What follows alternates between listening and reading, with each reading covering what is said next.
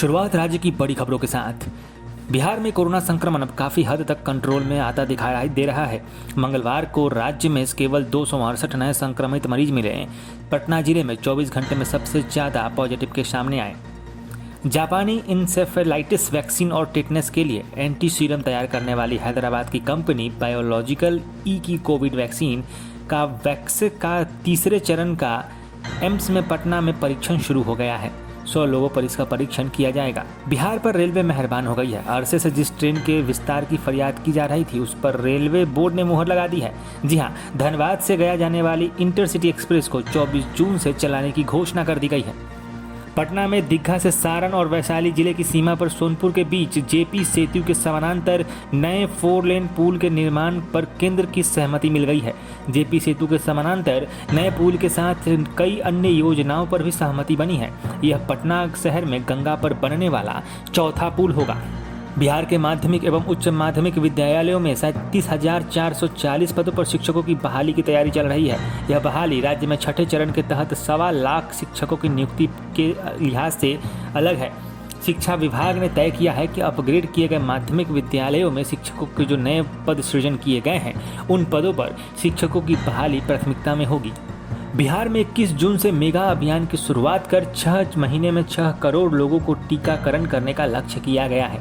इसके अलावा आम लोगों को टीकाकरण के लिए प्रेरित करने के लिए भी कई प्रयास किए गए हैं।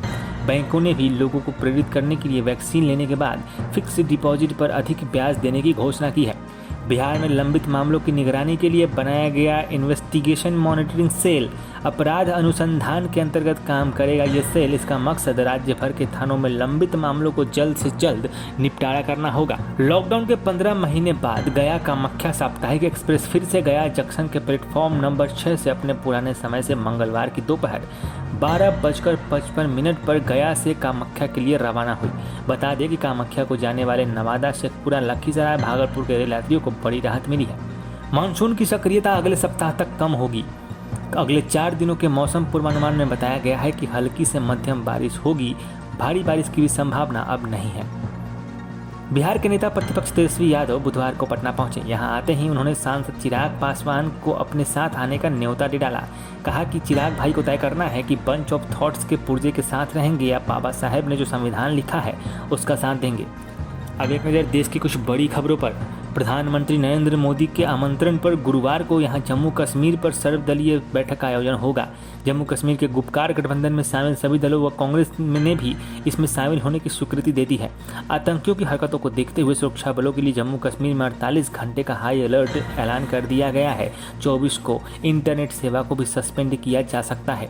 बिहार, यूपी, पूर्वी यूपी, पश्चिम बंगाल, ओडिशा, झारखंड समेत अन्य भागों में जहां झमाझम बारिश के साथ मानसून सक्रिय है, वहीं दिल्ली एनसीआर में मानसून के अभी एक सप्ताह और इंतजार करना पड़ेगा। बिहार में 28 जून तक बारिश की संभावना व्यक्त की गई है। भारतीय कंपनियों द्वारा फास्ट फूड से लेकर उड़ानों तक पर विशेष छूट की पेशकश की जा रही है, जो लोगों को कोरोना वायरस के खिलाफ टीकाकरण के लिए प्रोत्साहित करेगा। टीकाकरण वाले ग्राहकों को 10% की छूट इंडिगो दे रहा है, चाहे वह सिर्फ एक ही खुराक क्यों न ले हो। फास्ट फूड की जगह दिग्गज कंपनी मैकडोनल्ड्स ने भी अपनी भारतीय शाखाओं पर 20% की छूट देने की घोषणा कर दी है।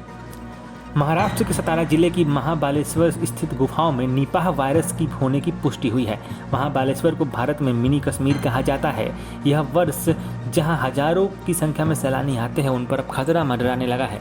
भारतीय नौसेना बुधवार से हिंद महासागर क्षेत्र में अमेरिकी नौसेना के carrier strike group Ronaldo Reagan के साथ नौसैनिक अभ्यास में भाग लेगी। यह 2 दिवसीय अभ्यास आज और कल के दिन चलेगा। अब एक नज़र दुनिया की कुछ अहम खबरों पर।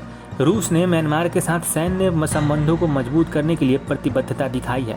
रूसी रक्षा मंत्री सर्गेई सांगोपी ने म्यांमार में जुंटा के नेता सीनियर जनरल मिंग ओंग हलिंग को दोनों देशों के बीच सैन्य संबंधों को लेकर कहा है कि हम अपने देश के बीच स्थापित आपसी समझ, सम्मान और विश्वास के आधार पर द्विपक्षीय संबंधों को मजबूत करने अपने प्रयासों को जारी रखने के लिए हमेशा तैयार हैं।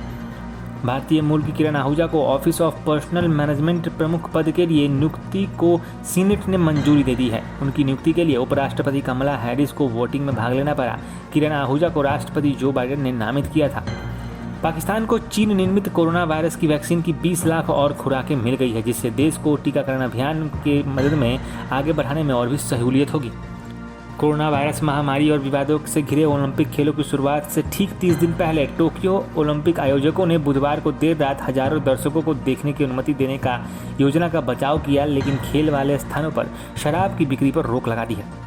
पीएनबी घोटाले में वांछित हीरा कारोबारी नीरव मोदी को ब्रिटेन के हाईकोर्ट से करारा झटका लगा है। पंजाब नेशनल बैंक से संबंधित $2 अरब के कथित घोटाले में नीरव की प्रत्यर्पण रोकने संबंधी याचिका ब्रिटेन के एक हाईकोर्ट ने खारिज कर दी है।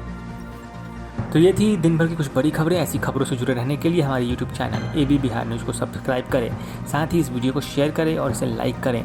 आप अपने सुझाव हमें कमेंट्स में बता सकते हैं। खबरों को विस्तार से पढ़ने के लिए हमारी वेबसाइट www.abbiharnews.com को विजिट करें। आप हमसे हमारे सोशल मीडिया पेज फेसबुक और ट्विटर पर भी जुड़ सकते हैं। स्वस्थ रहें, सुरक्षित रहें।